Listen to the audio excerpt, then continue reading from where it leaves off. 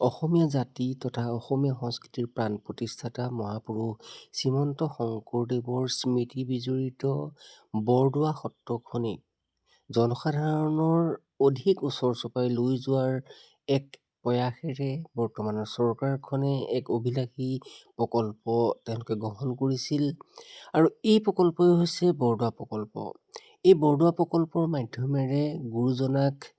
নতুন প্ৰজন্ম অৰ্থাৎ উঠি অহা প্ৰজন্মটোক চিনাকি কৰি দিয়া, অসমীয়া সংস্কৃতিয়ে যাতে বিশ্বৰ দৰবাৰত প্ৰতিষ্ঠা হ'ব পাৰে বা বিশ্বৰ বিভিন্ন প্ৰান্তৰ পৰা যিসকল লোক অসমলৈ আহে সেইসকল লোক যদি বৰদোৱালৈ যায় তেতিয়াহ'লে গুৰুজনাইনো কি কৰিছিল, কেনেধৰণে কি চৰ্চা কৰিছিল, সংস্কৃতিৰ যি পাহাৰ সেই সংস্কৃতিৰ পাহাৰক তেওঁ কেনেধৰণে আগুৱাই লৈ গৈছিল সেই কথাখিনি যাতে বুজিব পাৰে তাৰ কাৰণে এক প্ৰয়াস তেওঁলোকে চলাইছিল আৰু সেই প্ৰয়াসৰ ফলশ্ৰুতিতেই এই বৰদোৱা প্ৰকল্পই স্থাপন হয় আৰু বৰ্তমান সময়ত জনসাধাৰণৰ কাৰণে মুকলি কৰি দিয়া হৈছে। এয়াই হৈছে বৰদোৱা